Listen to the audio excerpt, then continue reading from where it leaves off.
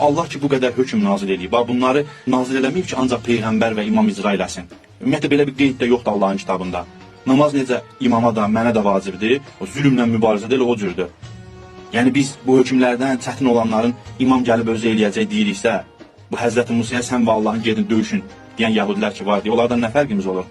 Vacibləri əgər gəlir imam icra eləyəcəksə, onda heç namaz da qılmayaq. O da bir vacibatdandır. Gözləyilə imam gəlsin, sonra qılarıq. Yəni, biz nəyə əsasən boynumuza Allahın qoyduğu bu işləri imamın boynuna atırıq? Bu, zalimdən təbərrüa kimi əmrlər elə bildik ki, 12 imam üçün nazil olur, bizə aid deyil. Bu 12 imam onsuz da zalimdən bəridir də. Bu əmrlər Quranda icra eləyək deyə nazil olan ayələr bu bizim üçündür. Yəni, insan necə iddia edə bilər ki, bu qədər hökmlər 250 illik bir dövr, bir də imamın zuhurundan sonraki bir neçə 10 illik üçündür.